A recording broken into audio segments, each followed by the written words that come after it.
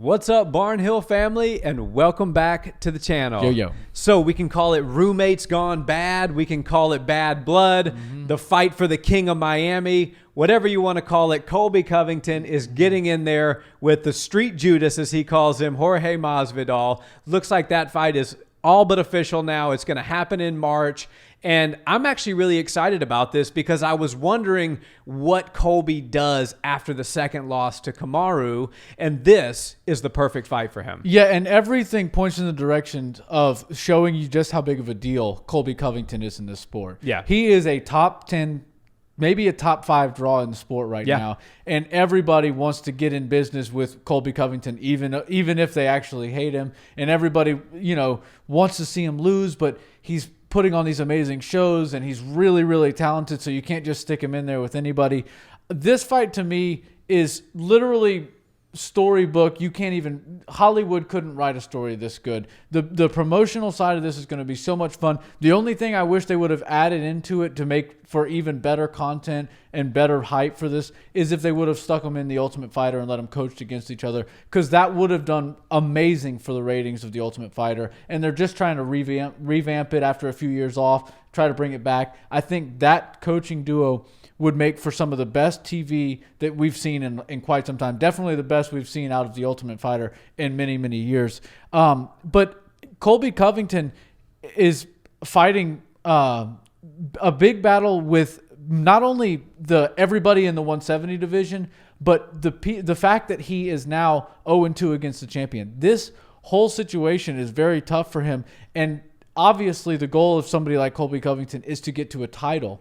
But the fact that the UFC undisputed title is not basically up for grabs for him right now means he's got to set sail in a different direction. And 55 is not an option for him. He's too big. And 85 isn't the spot for him right now. So that BMF title might be exactly what he's going for. And if the rumors are right, this fight is headlining the show, which means there's probably going to be a belt on the line. Yeah, and there'll probably be another title fight as the co-main event. Yeah. So it's kind of hard unless it's Conor, right? Yeah. To do a title fight as a co-main event and then a non-title fight 5-rounder as the main event. Obviously, you're talking about two of the top 5 draws in the sport right now in Colby and Jorge, so you could pretty much do anything. But I don't see any reason why you wouldn't put the BMF title on the line. I mean, Jorge Masvidal still walks around with that thing all over Miami, and these guys both live in the same city. They want to talk about who's the king of Miami. You might as well just put a piece of hardware up and see what happens. Yeah. But the thing for me is I hope they tell this in the story.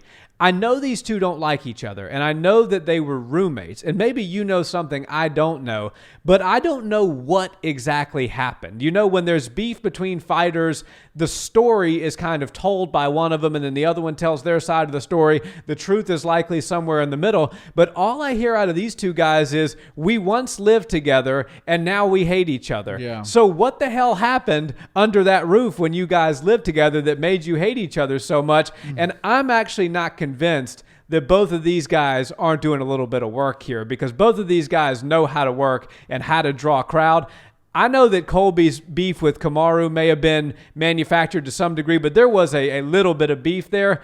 I'm not convinced this one isn't for the show. Yeah, well, Colby Covington has proven to us that he is an ultimate showman, and he's maybe the best marketer that the UFC has currently, fighting on their roster. Conor McGregor's up there, but he hasn't fought in a while, and some of his pay-per-views haven't been quite as exciting. I mean, Colby Covington's last few fights have been ridiculous. You get that big fight feel. You get those jitters before he walks out there. And I know it takes two to tango. Kamaru Usman has that draw as well. But Colby Covington is a major star, and he really does pull that emotion out of the fight fan and really does sell the fight. So I love the fact that they're setting this fight up. I think it had to happen before their careers were ended or they became too far separate from each other in the rankings. And the fact that both of them had very different careers, but they were not looking up, so to speak. Colby Covington was looking at potentially getting walking papers before he turned heel and became the Chaos that we know of today. And Masvidal was a win 2, lose 1, win 3, lose 1 type of guy for years and years and years throughout the UFC. And, he calls them journeymen. But those types of fighters usually have to pull some tricks out of their sleeves just to stay under contract. And now you're talking about two of the biggest draws in the entire sport.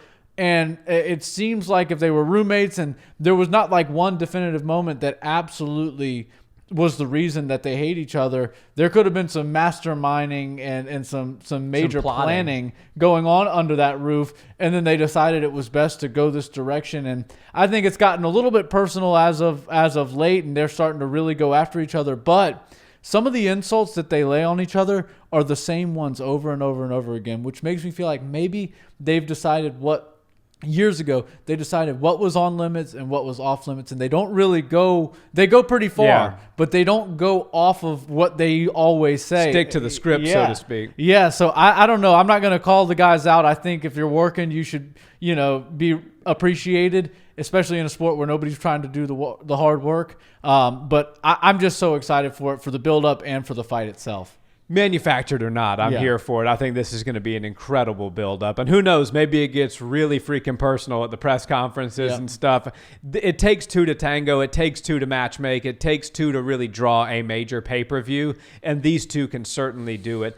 As far as the fight itself goes, I'm favoring Colby and pretty heavily. I mean, I love Jorge Masvidal. I think he's one of the best personalities in the sport. I think the way he revamped his career after going on that run a couple of years ago has been brilliant. And I think a lot of fighters who are like, not everybody's like Khamzat Chimaev. There's some people who have that record that if they were boxers, they would be labeled as journeymen. Yeah. So there's a path to success, stardom, and money for the guy who's got that 20-10 record, that 17-8 record. You can still become a draw in the UFC, and I think Jorge has kind of paved the path for that guy. But I do believe that Colby's got a massive skill advantage. Yeah. Obviously, Jorge Masvidal got his start in Kimbo Slice's backyard. He was a tough guy that learned a little bit of skill later on. Colby Covington was the kid going to his private school being dropped off for wrestling class in Oregon before he could basically tie his shoes. So he grew up in the sport and then kind of assumed that personality later on. Now, what happens if Colby Covington wins? It's very interesting. Who knows? Leon Edwards and Kamaru Usman are going to have to settle their business. It seems like that's the only real immediate path for Kamaru Usman that makes any sense. What happens with that? I don't know. If Kamaru wins again, Colby's kind of in no man's land unless he wants to face Khamzat, if Khamzat were to get past Gilbert Burns. But this, to me, has more upside for Masvidal. Yeah. Because if Masvidal, he's going to be a major underdog here. I haven't looked at the numbers, but he's going to be a pretty sizable underdog. If he pulls the upset, it's going to be huge, and he's going to get a mega fight after that. But if he loses, most people expect him to lose, and then you've got Nate Diaz looming around there. You've got Dustin Poirier looming around there, who's he's talked about wanting to fight him as well, and you've got potentially Conor McGregor, who looks like a middleweight at this point. Yeah. His next fight's probably going to be at 170. So what happens for Jorge if he loses, I think, is less devastating than what happens for Colby if he were to lose. Yeah, and I think there's a lot of fun. Obviously, you don't have to be an undefeated or even being on a winning streak to be one of the biggest draws in the UFC and to really do numbers and sit at the top of the bill. Conor McGregor, Nate Diaz, Jorge Masvidal, one thing they all have in common is they're 0-2 in their last two fights. Yep. So it's not really that important, but at some point they do have to start winning, and if not, then they're just going to have to pair up with each other. And Colby Covington, in my opinion, is a nightmare for every one of those guys, and Dustin Poirier. And I think that would be a fun fight, but Colby Covington has proven to us that he is absolutely 1A as far as the best 170er on the planet, and his skills are there, and I don't think anybody's touching Kamaru Usman, which means nobody's really touching Colby Covington. And of course, Khamzat is always in the mix, and if we see him prove himself even more against higher level competition, then maybe my tune will change a little bit. But as of now, I think Colby's a real nightmare. I think Jorge Masvidal is going to have his hands full, but this fight being promoted the right way, and if they go out there on their shields and they go after it and give us the fight that we want, neither of their stock is going to go down. In fact, it's probably going to go up. Yeah, and I think this could be a million pay-per-view buy type of fight. I mean, these are two mega stars. Yeah.